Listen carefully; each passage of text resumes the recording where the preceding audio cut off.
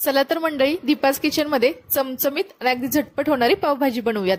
त्यासाठी एक कुकर घ्यायचा। कुकरमध्ये 3 मोठ्या आकाराचे बटाटे त्याच्या बारीक फोडी करून घ्यायच्या, 1 वाटी फ्लॉवर बारीक अशा सोलून घ्यायचा, त्यानंतर 2 सिमला मिरची, 1 छोटी वाटी मटार घ्यायचा, त्यानंतर 1 बारीक तुकडे केलेलं बीट घालायचं।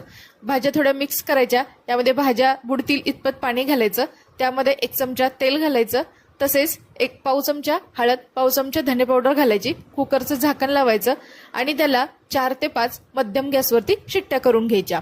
इकडे कुकरच्या आपल्या शिट्ट्या झालेल्या आहेत, तोपर्यंत आपण बाकीचे मसाल्याची तयारी करूयात। तर इथे मी 2 मिडियम आकाराचे टोमॅटो घेतलेले आहेत, 1 मोठ्या आकाराचा कांदा, तो मोठ्या आकाराचा कांदा आपण ओबडधोबड चिरून घ्यायचा। टोमॅटो सुद्धा अशा मोठ्या आकारामध्ये चिरून घेतलेले आहेत, त्यामध्ये 10 ते 12 लसूण पाकळ्या, अर्धा इंच आलं घालायचं, हे मिक्सरला चांगलं बारीक करून घ्यायचं। इथे छान अशी त्याची पेस्ट बनवून झालेली आहे आणि इकडे आपला कुकर सुद्धा थंड झालेला आहे।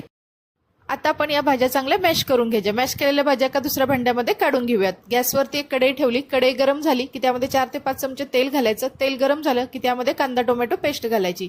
पेस्ट चांगली तेलामध्ये तेल सुटेपर्यंत चांगली परतून घ्यायची। त्यानंतर यामध्ये मसाले घालायचे। यामध्ये पाव चमचा हळद घालायची, पाव चमचा धने पावडर घालायची, त्यानंतर 1 चमचा लाल मिरची पावडर घातलेली आहे, 1 चमचा गरम मसाला घालायचा आणि 2 चमचे इथे आपण सुहानाचा पावभाजी मसाला घालायचा।